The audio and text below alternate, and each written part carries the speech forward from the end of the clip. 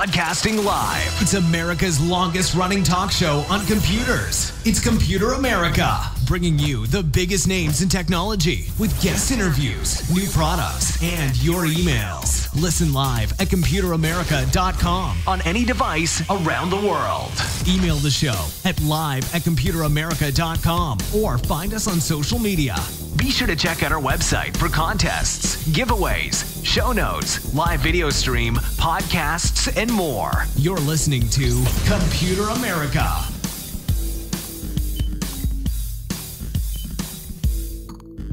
Hello and welcome into the Computer America Show. We are the nation's longest running, nationally syndicated radio talk show on computers and technology. Thank you for joining us. I'm your host, Ben Crossman, and I hope all of you are having a great day so far as we get things kicked off here with our all Linux program. That's right, Cooking with Linux with Marcel Gagne. We'll be talking to him in just a moment. And yeah, you know, this is, of course, well, I say of course, but it should come to no surprise to anyone who's been paying attention to not just tech news, and, you know, we hope that you do that, but news in general, and the idea that any company is vulnerable. Security is a huge question and concern, and let's face it, the people who normally deal with Linux, well, there's a lot of server administrators, there's a lot of, you know, IT professionals, and hey, I think our audience is pretty much the ones who have to make sure that companies stay safe. So, you know, hey, we're happy to bring this segment to you, and we're happy to have awesome discussions with Marcel. But before we get to that, a few things, including computeramerica.com. That's where you'll find everything from the show notes, which, you know, Marcel spends quite a bit of time, you know, getting them together, making them nice and pretty for all you folks. And they have all the relevant links, any articles, videos that we talk about. You can find them in the show notes at computeramerica.com. Also, be sure to check out the live video portion where you can watch not just myself, but also Marcel Gagne. That's right, you can see him there as well. You know, just another way to experience the show. We are a radio program, keep everything radio friendly, but hey, why not try something new? And the last thing is the contest, which tomorrow we'll be reading a lucky listener's name live on the air here and giving them a prize from our friends over at Logitech. That's right. So giving away the M720 multi-device mouse. It's you know, a great prize, and we thank Logitech for, you know, helping us with it. So, okay, I think with all that said, why don't we just jump into our conversation? Because again, you know, Computer America likes to dedicate at least one show a month to everything Linux, and we could think of no better person than the one we have here with us, Marcel Gagne, you know, Computer America correspondent. He was here, you know, from way back when, and joins us once again as we talk, hey, you know, all things Linux. And so, Marcel, how are you doing? Welcome onto the show. Hey, hi. I'm hello. Glad that you are here with us, and glad that you have your glass of wine, of course. So you caught me totally off guard there. It's like, oh, did I remember to click the microphone on? I forgot. Nope. You sound. Hi. Yeah, hi. You sound good. We are ready to go. And yeah, why don't we start off with, of course, an overview about, you know, Cooking with Linux, what it is you do, and what do you try to, you know, bring to your audience? You know, for reasons I can't quite understand. That's not true. Actually, I mean, I've been talking about Linux and open source software for a long time now, decades. Well, at least a couple of them anyway. And I'm quite passionate about open source. I'm passionate about open source, open standards, and you know, how it frankly can help to make the world a better place by keeping things open. I actually am a firm believer in that. And obviously I want to discuss that because, you know, today we want to talk about security a little bit. Mm-hmm. But to that end, I talk about Linux on my Flipboard magazine. If you want to check it out, Cooking with Linux on Flipboard. There's cookingwithlinux.com. I do some Cooking with Linux videos on YouTube, youtube.com/freethinkeratlarge. That's where I am there. And lately I've been experimenting with doing some live Linux, where you get to not only see what I'm doing, but chat with me, ask questions, and watch me screw up. One of the one of the things about. Yeah, and just real quick, I mean, it sounds like an obvious extension of, you know, live streaming, and you do make videos for Cooking with Linux, and, you know, live streaming is getting more and more support. Like, did you have an interest in live streaming? Because it sounds like you do. Well, I was doing some live streaming. I know it sounds crazy. If you go back and take a look at some of my old videos, I mean, I did live streaming before it was a thing. Hmm. There were, and I'm trying to remember, there were a couple of early live streaming channels or websites pre-Twitch, and I'm trying to remember the one that was they were all .tv or something like that. There was like there was like a Zubu.tv, and then one that turned into Twitch. There was another one. So yeah, but Yeah, so I was doing that quite a while ago, and in fact, I experimented with that. I was doing a weekly Linux show, which I did live streamed this thing where I would take calls on Skype, and then we would chat about Linux and open source. And typically, I'd have somebody that I was chatting with, and so I did that like I said, before Twitch, before YouTube Live, before any of these live streaming channels. So I was actually experimenting with that, and then somewhere along the way, I stopped doing it. Partly because I'm easily distracted. And it's like, oh, something else looks interesting over here, and I'll go and do that. And then, of course, I come back to it 2-3 years later or 4 years later, and it's like, oh, live streaming is a thing now.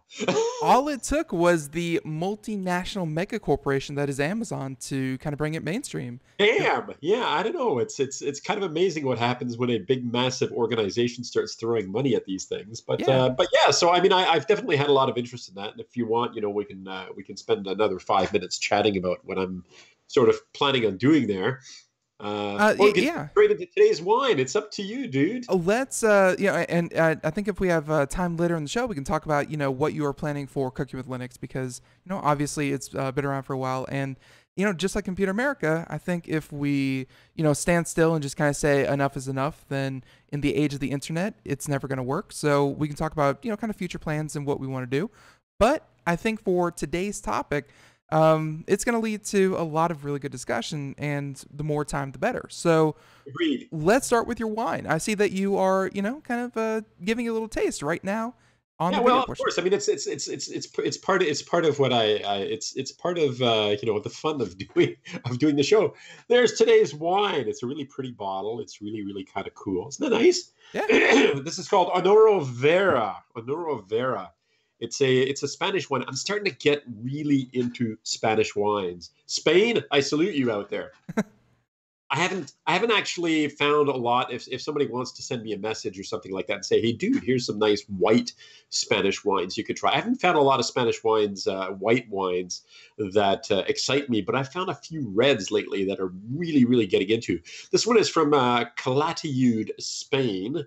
And it's Honoro Vera. It's a 2016 wine. This is like a super deep red. I don't know if you can tell. Oh, it's almost black. Yeah.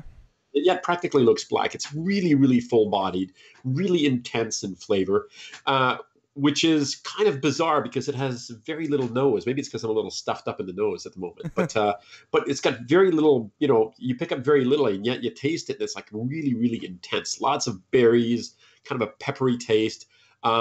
The finish isn't particularly long, but it's really, really nice to drink. And every once in a while, as you drink it, it's like, I swear you can taste blueberries in this thing. Yeah. And Lovely. It really is lovely. So that's my wine for today. 2016 Honoro Vera Garnacha. oh, you didn't say the price. Oh, sorry. It's, here at the LCBO in Canada or in Ontario, it sells for about $12 a bottle, which I think is extremely reasonable. Ritzy. For a wine that's really, frankly, as good as this thing is. It's kind of amazing. It's great.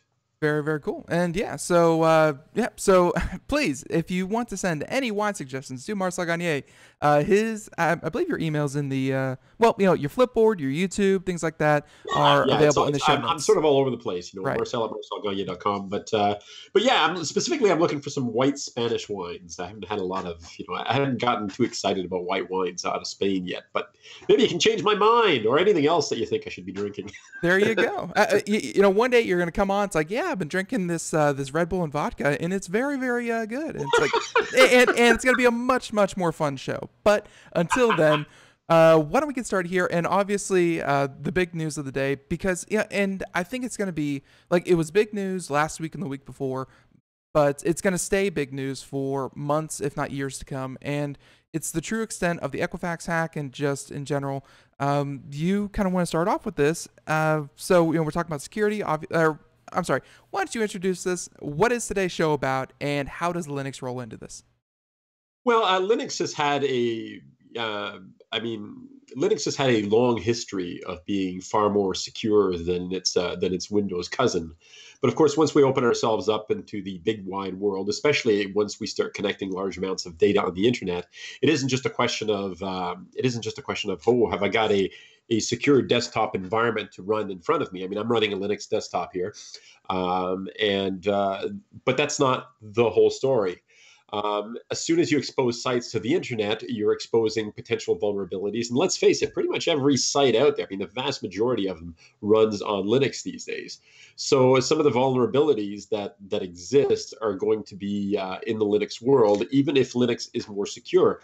I mean, Linux is actually it's virtually immune to things like viruses, for instance, and Trojans. It's really hard to install that kind of a program on a Linux desktop just because of the secure nature of the operating system to begin with. But that's not the same thing as making data available, through a website on the internet. Once you do something like that, you have to constantly be monitoring and checking and making sure that you're right up to date. If if you're a large corporation taking care of millions of people's worth of data, uh, then you have to be extra careful. And the fact of the matter is, there's a classic line, which it's not if you're going to get hacked, it's when. And then, of course, it's a question of how you're going to react once something like that happens. Are you going to wait months before you tell people? And sometimes that is exactly what happens. But I mean, it's hard to think of a major organization that is not being targeted at any given moment by hackers or people doing penetration testing. And by the way, penetration testing is something that companies actually should be doing on their own systems. Mm-hmm. I mean, you don't just go, hey, I think everything is really cool. I think everything is really stable. If you just running your own website, well, there's probably not a lot. But if you're taking care of other people's data, their life, their identities, I think you have a special responsibility to not only make sure that you're up to date, but that you continually test your systems to make sure that you can and get in. Yeah, you got to kick your own tires sometimes. Yeah, and the Equifax thing is amazing because you're talking basically half.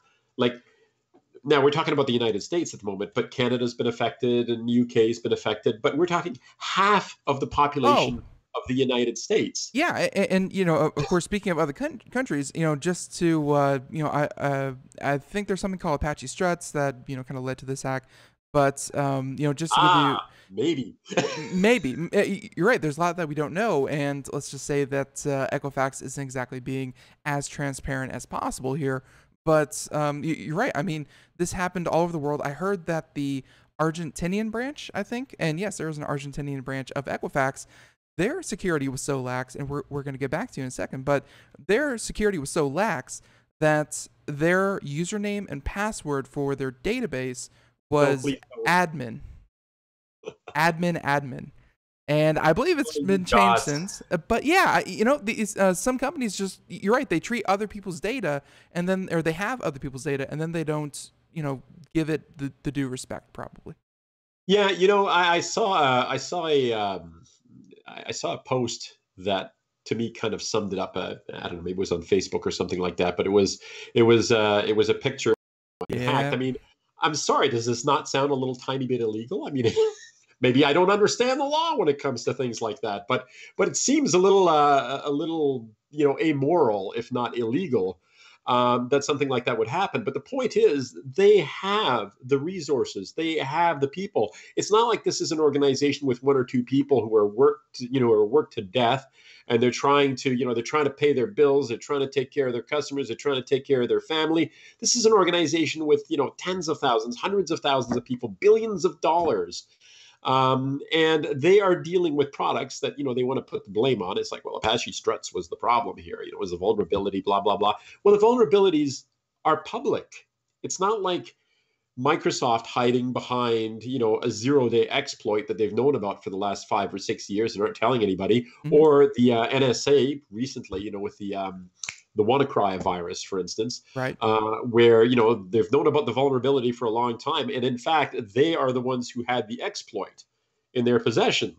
Yeah. and let it out into the big wide world. I mean, we're not talking anything like, all those things are practically unforgivable when it is open, when you do have access to all these things, and when you have the resources and the time and the people who should be able to deal with that. So it floors me that like I cannot come up with an explanation that qualifies as a good explanation for why you would let something like this happen, when in fact Yeah. everything is there for you to make sure that it does not happen, including the resources. Right. And I think it's that it's from what I've heard from people working in these large corporations. I mean, they have a very well, if we aren't currently being hacked, then we don't have to give it the kind of budget we have to. It's those resources that you're talking about. They don't want to allocate because it doesn't directly earn them money. They could put that they could put that into investment, they could put that into hiring staff, they could put that into advertising, they could put it into 100 other things other Executive than salaries? executive salaries, of course, other than security, because security is just throwing it, I'm sure in their mind, and obviously with the news and all of our minds here on with Computer America, it's just throwing away money. It's not actively being invested, and it's not, in best case scenario, it's never going to return any money. So, well, a few years ago, let me just sort of interrupt there. A few years ago, there was an expression, and I'm trying to remember, it was Kevin Kelly or somebody from Wired who said this. I don't remember who it was.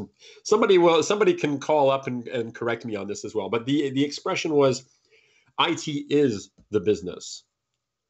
Okay. And it was trying to make companies understand, and they haven't. I mean, it's been years now. It's been at least 10 years since I heard this expression, at least 10 years.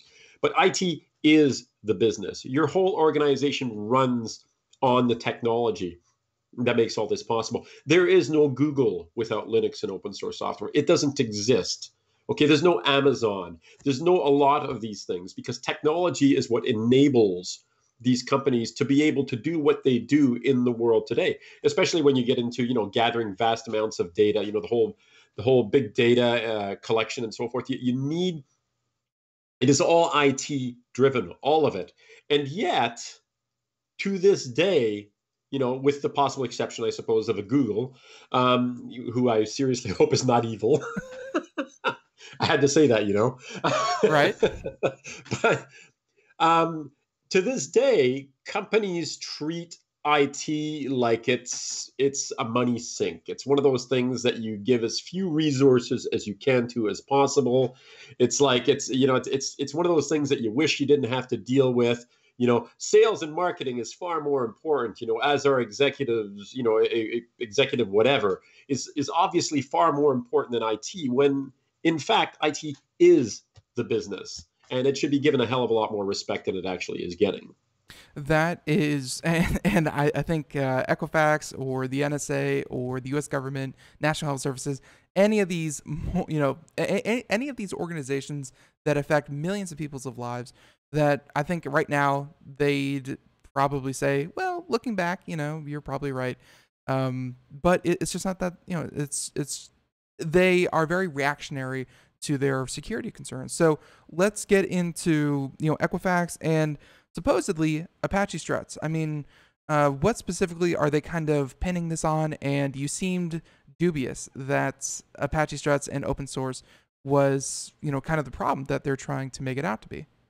Well, without going into all the details, I mean, that's what they're blaming it on. But of course, the Apache people have, the Apache Struts developers have come out and said, we actually informed, companies that were using the product, a couple of years ago, that there were some things that they should be looking at that were potentially a problem.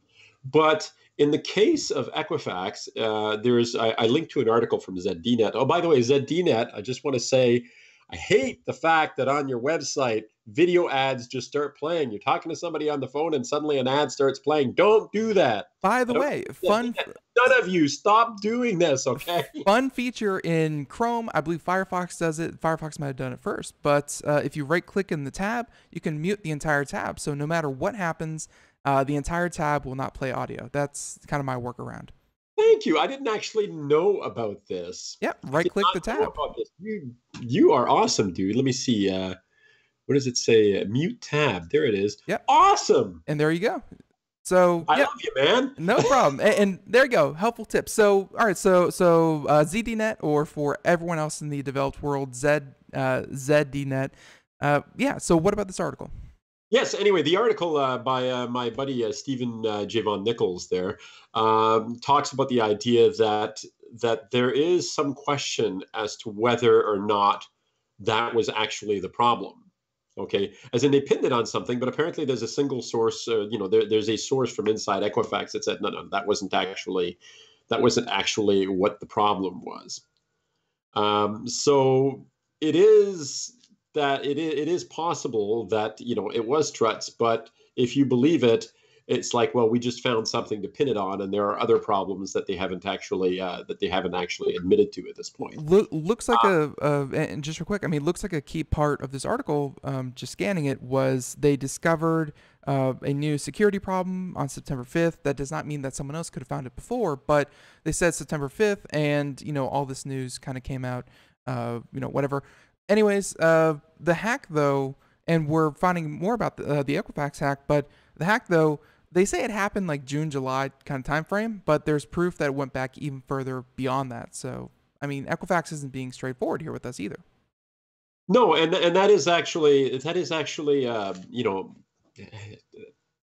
want to use more Colorful harsher language, words, but sad. It actually right? is kind of sad that the interest in making sure that the stock is dealt with in the right way, that that money is watched and taken care of, is all far more important than the Well, damage to individuals. and I'm sorry for keep cutting you off, but Yeah, no, please. this was one thing that surprised a number of people, which I kind of get. This idea of credit in the U.S., it's hugely important. It's the thing that lets you buy a house. It's the thing that lets you get a car a lot of times. It's the thing that lets you even open utilities, water, electricity, basic fundamentals that we kind of need to live in America. And people were, I guess kind of blindsided that this was all done, constructed by a private organization, by a private company that is for profit, that trades on the stock market. And you're saying that, hey, these guys are looking out for their bottom line as a private industry and a private business. Yeah, Equifax is going to do that, 9 times out of 10, because they don't even have the do no evil, do the right thing that Google does. They're just in it for their shareholders. That is literally a private business. They are, and they will pass a judgment on, well-meaning individuals who have, who are in unfortunate circumstances or have experienced unfortunate circumstances. They will pass judgment without giving a second's thought about how it affects them and what it does to their lives. Right. But shareholder return, well, hell, that's important, and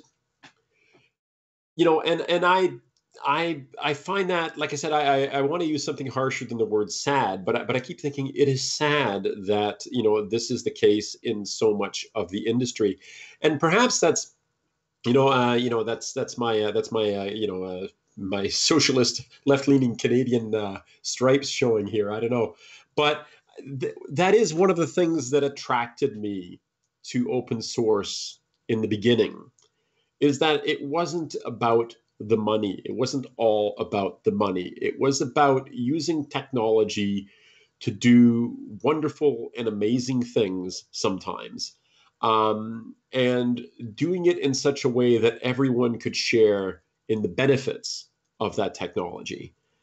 And, I cannot help but think that is where we have to go. There's a whole show that we could do on capitalism and its demise, because one of my pet topics that I enjoy a great deal is the fact that our current economic systems cannot continue. I mean, the capitalist system that we've got, yes, helped build the world that we have today, but it is it is reaching the limit of its expansion.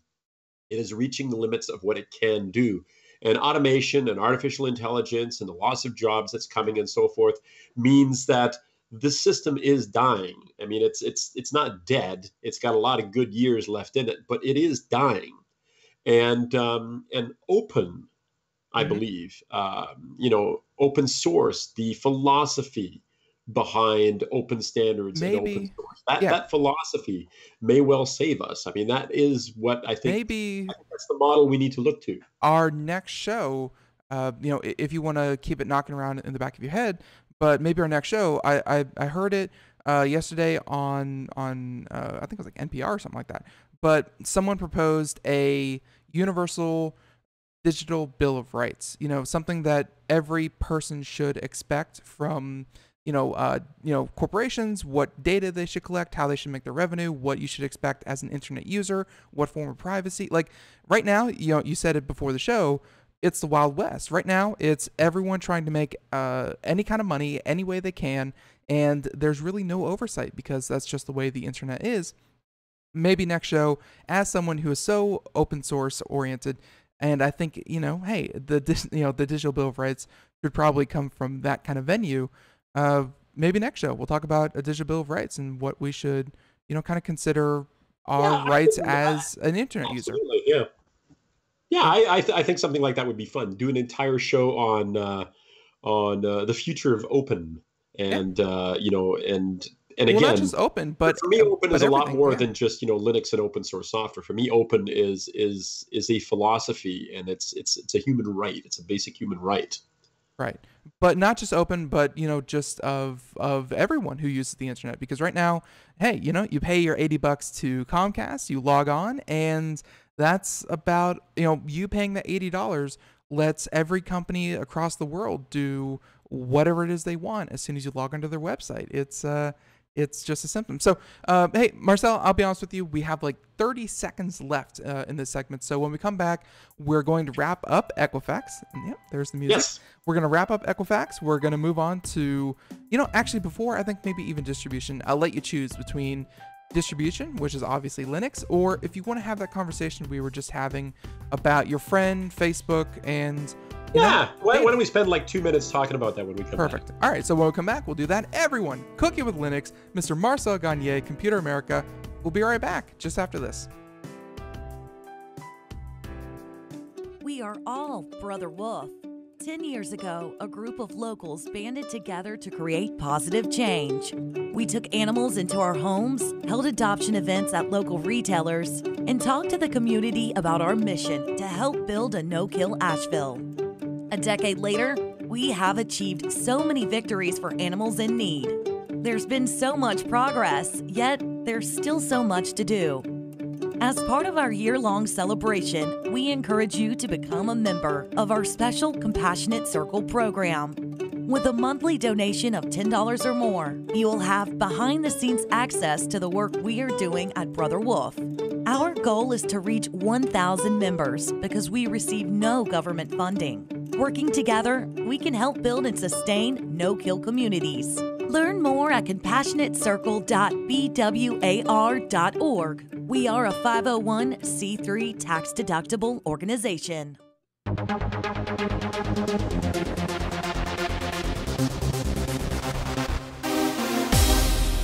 And welcome back to the Computer America Show. See, it wasn't too bad. That was quick. And yeah, welcome back to the Computer America Show. I hope all of you out there are having fun, enjoying the show. Of course, if you are just joining us, welcome into the program. If you missed any part of today's show, you can check out the podcast version, which can be found on places like, Google Play Store, iTunes, of course, iHeartRadio, SoundCloud. Hey, we're trying to be everywhere that you are. And so you can listen to the entire conversation with Marcel Gagne, Cooking with Linux, and everything. And my goodness, that looks pretty good. So with that being said, we are continuing on here with Marcel. And yeah, before we move on to our distribution focus, which again, everything Linux. Just before the show, Marcel and I were talking about, just why companies collect data, why they do this, and, why people are so adverse to this. Because, Equifax, if nothing else, it showed us that a private organization without your consent, really, or any other way, has every major transaction on you. You never sent a form to Equifax about your credit history. They just made it for you. And why is that okay? So, Marcel, I mean, how did you want to approach this, and tell us about your friend? Well, I'll give you the short backstory because this is kind of how it all started. I have a friend who's deeply distrustful of the online experience. Let's say, yes, I have a friend who's a Luddite. Excuse me, sorry about that. Anyway, we were sitting down to lunch. This is like a year ago now, I guess, and and another friend of ours was there talking about his grandson, and this friend of mine, the tech averse one, or the social network averse one, said, what, how is it that I don't know that you have a grandson? And it's like, well, I don't know. I mean, he made a big deal about it on Facebook. We all congratulated him, that sort of thing. And it's like, he was the only one who wasn't on Facebook. And of course, the assumption now is that, Facebook or otherwise, the assumption now is that your social group, whether it's your family, whether it's your close friends or whatever, are gathered in some kind of social network where you can exchange this information. And you get so used to that idea that after a while, you just sort of expect that people know what's happened in your lives because you shared it on Facebook. Yeah. Anyway, in his case, it's like, so he says, well, I don't want to do that. I don't want to be on Facebook. And he goes down this rant that I've heard many times before. And he says, I don't see any reason why I need to share any aspect of my life with people online. I don't trust these people. I don't want them to have my information. I don't want them to know what I'm doing. I don't even like to use debit cards and credit cards. I like to use cash because I don't like people knowing where I'm buying what and what I'm buying. So I started pointing out, I said, first of all, these are all illusions of privacy. You actually really don't have any privacy. There are cameras everywhere you go, recording what you're doing, recording your transactions. So first of all, you don't have that privacy that you think you do. Second of all, this worry that you have about people collecting information on you, yeah, it happens. And and of course, he's thinking of it as himself as an individual, like they are somehow violating an individual right by collecting this information. And of course, the way I tried to explain it to him was, I'm really sorry, but you as an individual do not matter at all. They're not interested in you as an individual. If they did, going back to Equifax, then they'd care about what happened to individuals. But none of these people are individuals. What they are is collections of data. And, it's like what you have is data, and these data that they have represent some information that they can use in other ways, whether it's to market products to a particular demographic, because often that's what it is. Right. It's like, it's not you specifically, although there are things like targeted ads and so forth, but often it's like, okay, people in this age group who live in this particular area, who are part of this particular demographic, who vote in this particular way, are going to more likely be interested in these sorts of things, or this particular message, or that sort of thing. So it has nothing to do with the individual. At least, occasionally it can be targeted at the individual, but the purpose for collecting the data is not the individual per se. It's, how do I affect this group? How do I turn this group's buying power in some direction that, is going to make us more money, that's going to give us more power, if we're talking about voting, for instance. So I had a tough time. Eventually, by the way, he did join Facebook so that he could keep up with what his friends were doing. But I had a tough time convincing him that he as an individual is of no interest to these people. Okay. Yeah. It's your aggregate data. Okay. Yes, it can affect you, as in the case of Equifax. You missed a payment 3 years ago, but Equifax doesn't know who you are, nor do they care who you are. They just care what the numbers say or how they line up on a spreadsheet somewhere. Right. Yeah. Okay? They really, for advertisers, they don't care who you are specifically. Any kind of targeted advertising, and that would be the closest thing that you could relate to, they care about you as an individual, is done through algorithm, machine learning, precisely. That kind of thing. So, and it's really not much more than, oh, look, you looked up furniture on IKEA, therefore we're going to give you furniture on your other websites. I mean, it's just that simple. You're right. As an individual, you are hiding within the masses, which sadly, kind of wrapping around to the Equifax hack is, kind of the best thing you have going for you in terms of security is that you are one of 143 million compromised accounts. And if, there are steps you should do to protect yourself, like freezing your credit and whatnot, but it'd be like kind of winning the worst lottery in the world. Yeah, if you were as an individual, I'm really sorry, but you as an individual do not matter. Right. And it's sad. It's sad. I'm really sorry, but we as individuals don't matter to these people. And as you say, they're algorithms that decide what you see. I actually did, just as a quick stupid aside, Sure. I did a 2-week exercise just for fun where I posted every day on Twitter and on Facebook. I said, here's today's search term of the day. Go visit at least a half a dozen websites on, piano stools, for instance, stuff that you would never, ever go and look at. And all of a sudden you've got presumably, a few dozen people or a few hundred people who go and search for this thing that nobody ever searches for. I did a 1967 Mustang carburetors, stuff like this. And it's interesting how your search history, the products that are targeted at you, change over the course of a very brief period of time. I mean, I still see ads from Pony Parts, and I have no interest in that whatsoever. Absolutely none. You I'm still seeing ads directed at me for things like that, or for empty specimen bottles. Well, you're right, and I mean these systems. It just kind of goes to show that the system is always looking for more data. There's never really a moment where you visit a site, you enter a search engine, or anything like that. There's never a moment that it's not looking and trying to learn about you. And I think your exercise is actually a very good way to drive that point home, that, day or night, 24/7, on a smartphone or on a computer, if it's logged into your account, yeah, they're trying to build that profile on you. So, hey, that might be a good little exercise. So, all right, folks, we're done. Let's move on. Yeah, we're done scaring you. We're done doing all that kind of thing. And although I will say, just as an aside, that I did receive. No, I won't mention that. But I do actually have a PSA for everyone out there. I should let you all know that thank you. We used to have this thing called contest@computeramerica.com.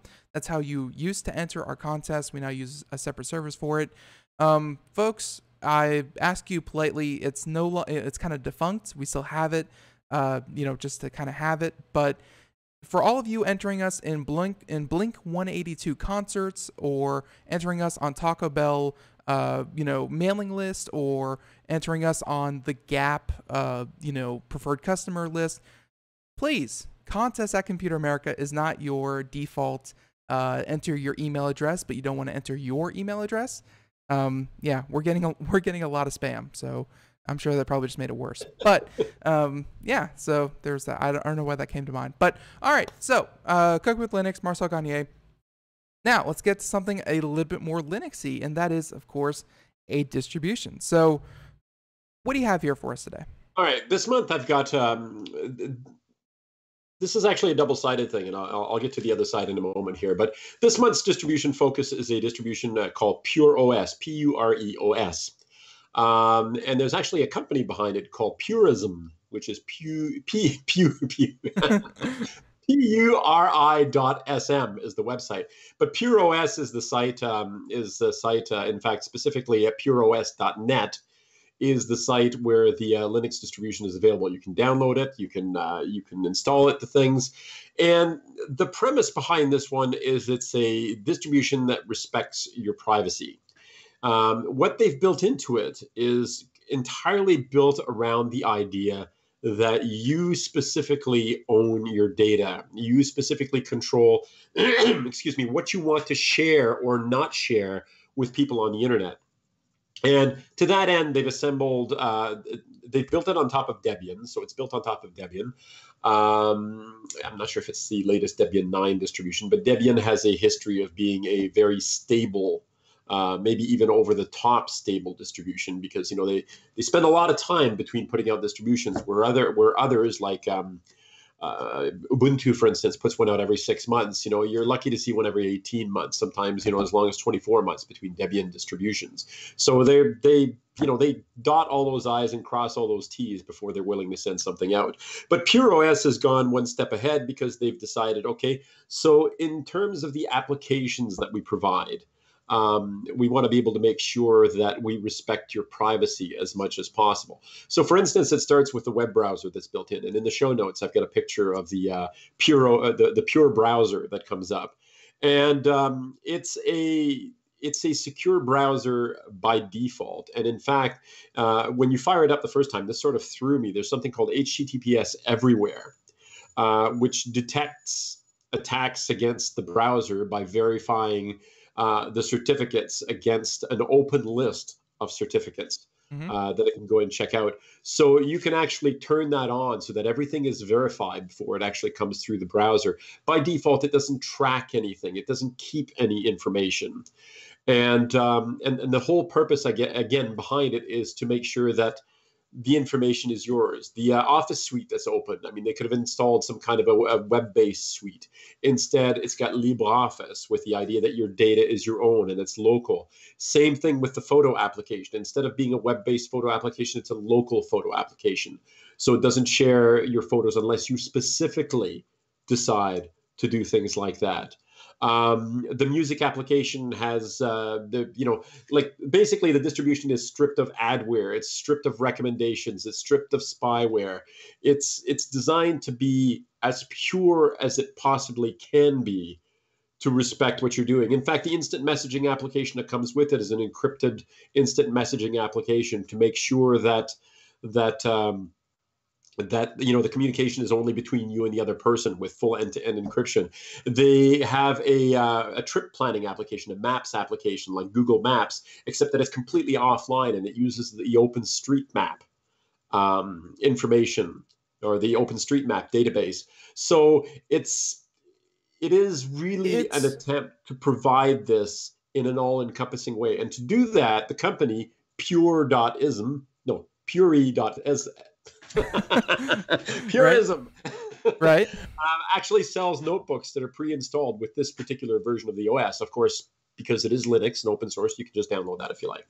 Right. And that's one of the things that I like is that if you wanted to do this on your own system, of course, if you're using kind of like Windows 10 or something like that, which I'm sure is a bad word in the Linux community or whatever. But, if you wanted to use DuckDuckGo, if you wanted to use that mapping service, if you wanted to use any of these services, you could probably do that with any kind of system. But, this operating system seems to have rolled it all into one. Well, that's part of the idea. I mean, the fact is the distribution that I have on my computer at the moment, I don't even know what I'm running at the moment. It's terrible. I don't know which version I'm running. I may be running Kubuntu at this moment. But of course, I've customized it to the point that I can't really tell just by looking at it. But the distributions that you get, almost any Linux distribution is a little bit more secure by nature, and you can download all these secure applications if you want. But of course, if you want to live online, as I do, you have to be willing to accept that you possibly may be giving up some things. Now, I guess in that respect, I feel, pardon the expression, I'm not a purist as far as my data is concerned. I live my life online as though everybody is watching, if you know what I mean. Not because I'm an exhibitionist, but because you're a realist, right? I am. I just sort of assume that that's what's happening, and I live and work online accordingly, as though somebody is watching. So. But I know that there are ways around it. Like, for instance, you can install the Tor browser if you want, and go through the Tor Onion network and, hey, visit the dark web. Which is such a scary name for something as simple as just an unlisted and uncategorized, kind of series of websites. Have you ever actually spent some time on the dark web? Not enough to be an expert on it, but I've poked around just to look at. It's really kind of sad. It's like, I hate to put it like this, but there's first of all, there's a lot of crap which is just crap So Yeah. there's stuff out there that the reason it's not on the regular internet is frankly, it's just nowhere near as interesting. It's just, we're going to put it out on the dark web because, we want to make it look like it's interesting. Like there's a reason you might actually want to visit this. And half the stuff that you find out there looks like it was designed in the 80s. It's like Before the internet. yeah, before the internet was actually a thing. It's like, it's If this the internet, ragtag collection of crap. I suppose there's more interesting thing out there somewhere. But I spent a couple of hours a few weeks ago just, touring the dark web. And I sort of walked away going, well, I'm not going to spend much more time there. if the internet was a mall, then the dark web would probably be a flea market. Like it's not. It is, or it's that old mall that nobody goes to anymore, and the shops have fallen into this.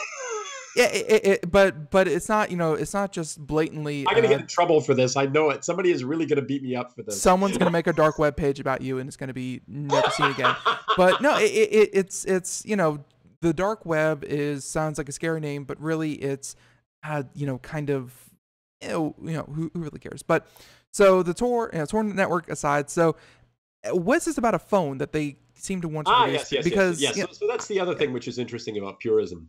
Purism is gotten together with KDE. They have the equivalent of, I guess it's not a Kickstarter because it's actually on their site, as in it doesn't look like you get redirected to their website. But Purism actually they're building something called Librem 5. Librem is actually the brand name that they assign to their notebooks.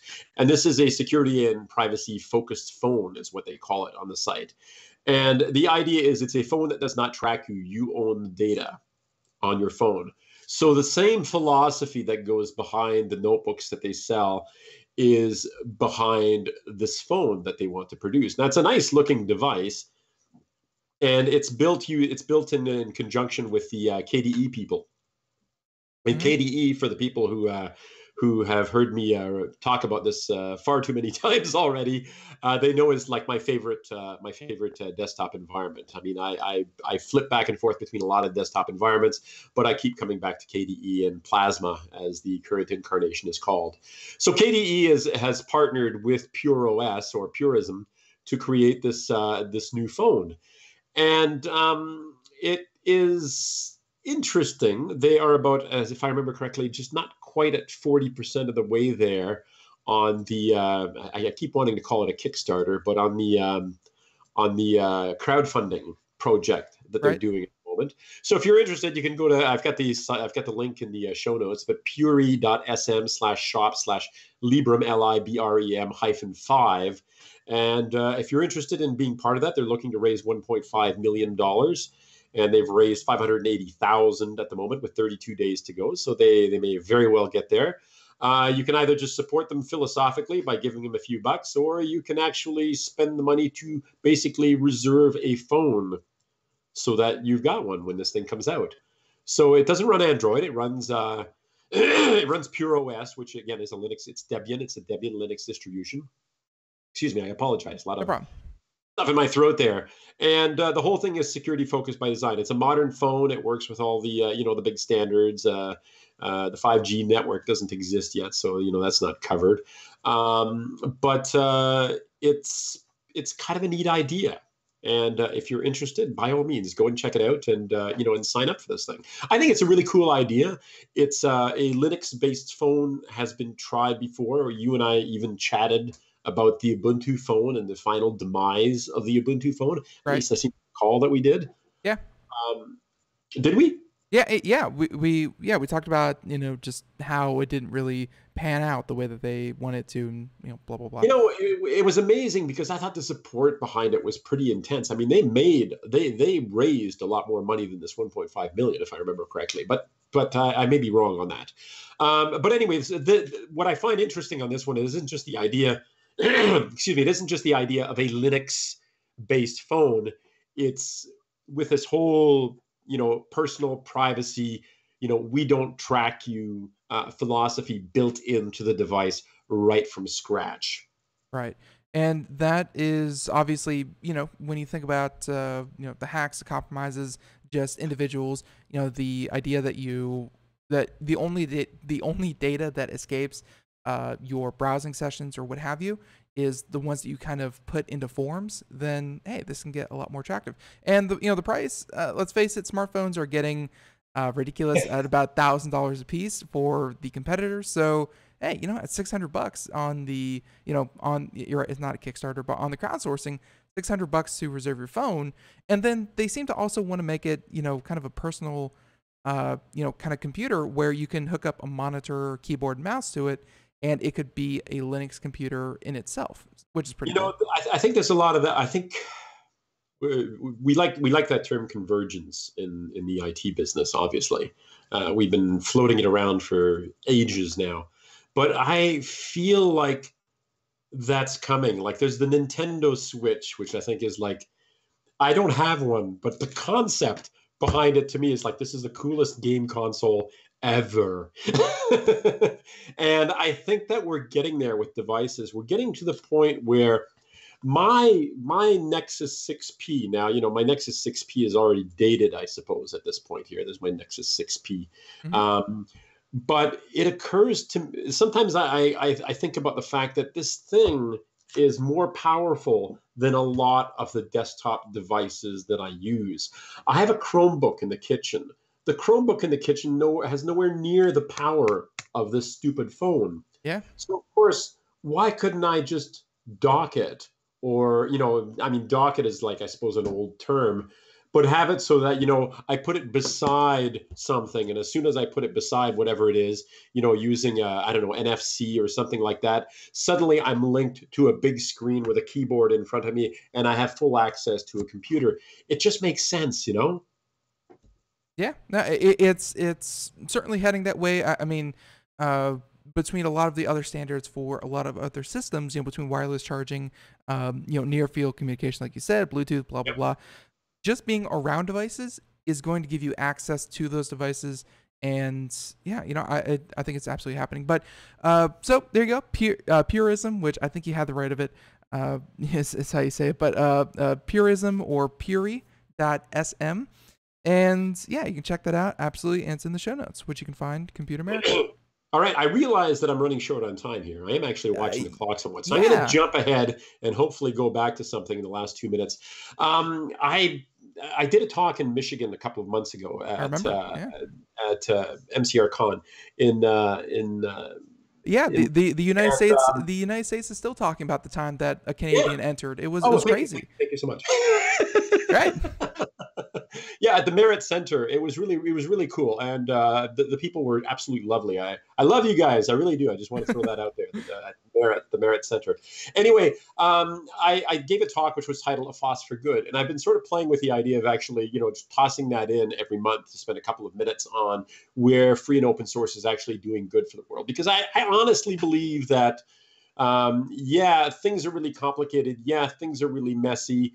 And we're heading into a place where the economy is, I know that your president is always talking about how wonderful he's made the economy, but at some point this is all going to come crashing down and we need something different. And I think open source and the open philosophy has what it takes to take us into the next part of the human adventure. And for that, a FOSS for good. So I have mentioned, I think on the first show, my first re-show that I did with you guys a couple of 3 years ago, whenever it was, I talked about a place here in near Kitchener, where they have something called a computer recycling center, where they take old computers, they fix them up, they clean them up, they add new drives in it if there isn't enough space. They basically rebuild these devices. They load a free and open source Linux distribution on them, and they give them to families that can't afford them.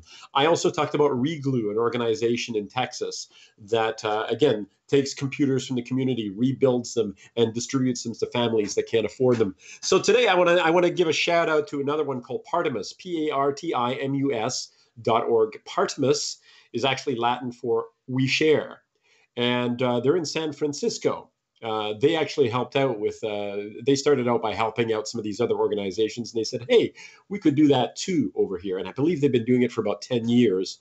So I want to say hi to my friend Christian Einfeld out there if you're listening. So if you have some time, go and check out partimus.org, Partimus.org. Again, I know we don't have a lot of time there, but this is one of those places where open source and open standards can actually be a really good thing for the community by providing technology, and some of it very advanced technology at a price point, free, that some people just could not afford otherwise. The beautiful thing about a Linux distribution is you have access to every conceivable type of tool that you could want to raise yourself up if you want. Full integrated graphical development environments for coding if you want to learn to be a programmer. Graphical applications if you want to create videos for the World Wide Web, if you want to be the next YouTube star. All that stuff is available free in your typical Linux distribution. You don't have to put out a lot of cash. And it's out there for you. And organizations like Partimus, like Reglue, are doing their part to rebuild these systems using free software and then return them to the community. And again, I want to give a shout out to these people because they're actually using Linux and open source to do good. Right. So and thoughts for good for this month. No, it's a very good point. And we even find here, we're currently broadcasting from Asheville. But, we donate all of our old technology that we have here, from the studio and what have you. We donate it to a local animal shelter. They have like a thing. And, it's crazy because they always put it out on Facebook. We just received a load of cables, of old monitors, of this or the other. And they get so many people who do exactly what you say. They go out, they build old systems, give it new life, and, help a lot of people. So, and very good for turning us on to Partimus and to everyone else out there who does something similar. Thank you so much. So, Marcel, we're about out of time, and that's what the music means. So, hey, tell us what you have going on. Okay, first of all, if you want to check out my rants in 140 characters or less, I'm WFTL. Twitter.com/WFTL, that's writer and freethinker at large. On YouTube.com, you can find me at youtube.com/freethinker at large, all one word. You'll see my cooking with Linux videos there. And I'm trying a new experiment.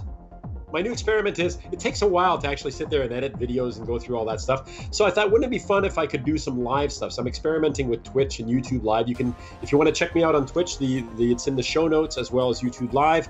And the beauty there is you get to see me do some Linux and open source. You can chat with me, ask questions, and of course you get to see me screw up in real time. I mean, when I create a video, cooking with Linux video, I've already edited out all the stuff that, where I messed up, where it didn't work the first time.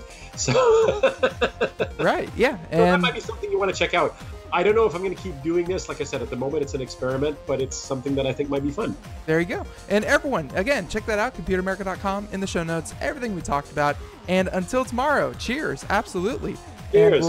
And we'll catch you here tomorrow. So everyone, have a great day. Thank you so much. Bye-bye.